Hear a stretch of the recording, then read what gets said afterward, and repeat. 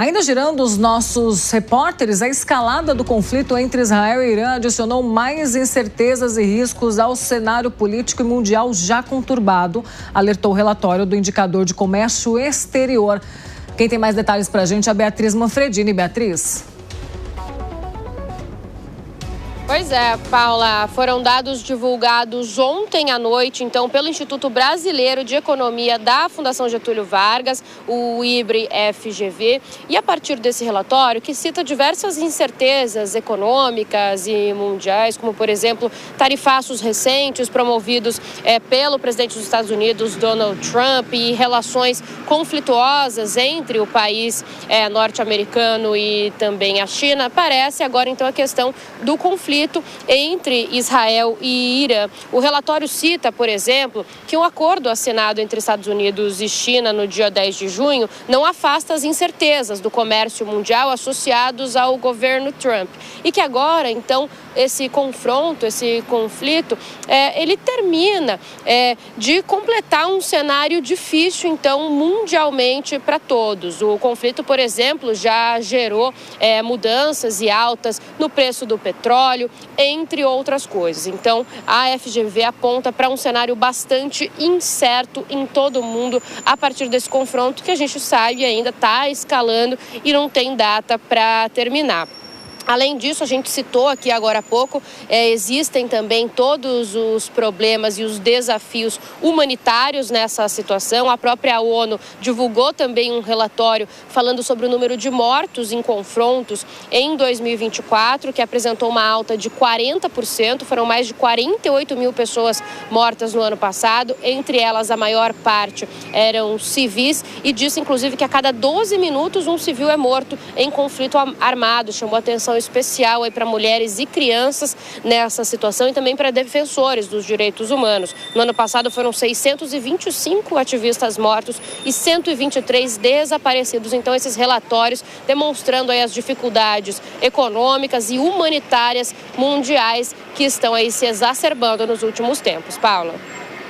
Os impactos deste conflito no Oriente Médio. Beatriz Manfredini falando aqui de São Paulo. Quero chamar a Deise Ciocari com a gente aqui nos estúdios da Jovem Pan.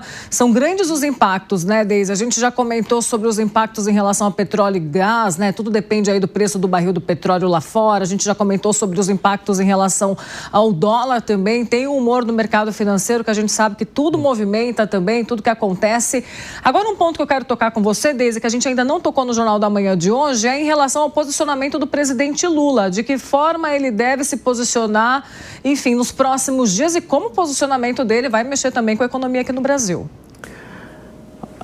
Olha essa pergunta, porque o presidente Lula, o posicionamento dele tem sido um pouco ambíguo em relação a essa diplomacia, né? A gente tem que lembrar que ele falou que iria recuperar a diplomacia brasileira, que ela estava isolada, mas não tem sido um feito muito fácil para ele, não, né? O posicionamento do Brasil, o Itamaraty sempre se posicionou de forma neutra em relação a esses conflitos, mas o presidente Lula, ele tem uma saga de se tornar o líder do Sul global, né? Então, em função disso, ele tem deslizado, talvez até pela vaidade, ele tem deslizado em alguns comentários dele, né? O certo seria optar pela neutralidade, obviamente sempre defendendo as democracias, porque o Brasil, nos últimos 2 ou 3 anos, tem tido um histórico aí de passar pano para políticos autoritários, né? A gente viu quando ele recebeu isso, quando o presidente Lula fez isso em alguns outros momentos. O próprio Zelensky acusa ele de ser pró-Rússia, né? O presidente Lula esteve na Rússia. Então, o ideal agora seria se posicionar de uma forma neutra, mas deixando claro que o Brasil é pró-democracia, né? Que não passa pano para políticos autoritários, mas de alguma forma o presidente Lula não tem conseguido fazer isso. Ele não tem conseguido deixar esse lado ideológico dele de lado por uma diplomacia maior, né? Falha em mais um compromisso de campanha. O Zé Maria Trindade, nesse cenário todo, eu até queria tentar ser um pouco mais otimista, né? Será que a gente não conseguiria exatamente nesse momento agudo de conflito, que a diplomacia pudesse prevalecer e, quem sabe, a gente mudar esse cenário de incertezas apontado aí pelo relatório, Zé? Ou é muito difícil imaginar isso? Pois é difícil. A diplomacia mudou muito. A diplomacia brasileira é reconhecida internacionalmente como muito boa, A formação dos nossos profissionais do setor assim, é uma formação muito boa. A Escola Rio Branco, ela seleciona muito bem, historicamente, pegou os melhores alunos e transformou em diplomatas que são reconhecidos no mundo inteiro.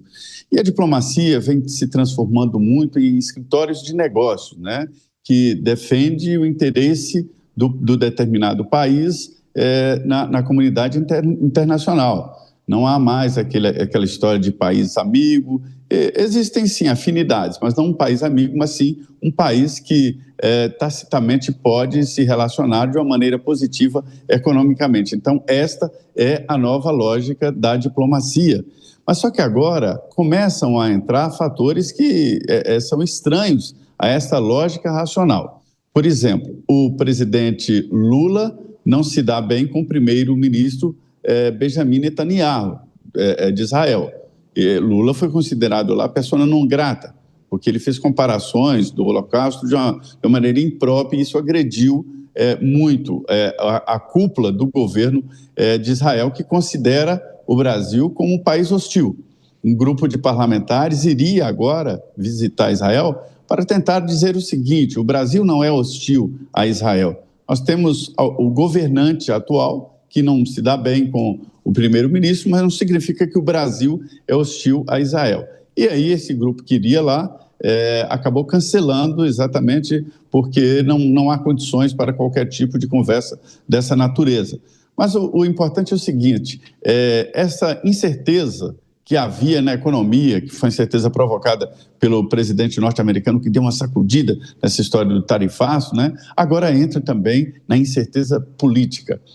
E olha, Nonato, eu tenho dito sempre o seguinte: não há nada mais covarde no mundo do que o capital. Ao menor sinal de perigo, ele sai correndo como o diabo corre da cruz. Então, a incerteza acaba afetando a economia mundial. Então, produz esta insegurança que tem como consequência danos na economia, sim.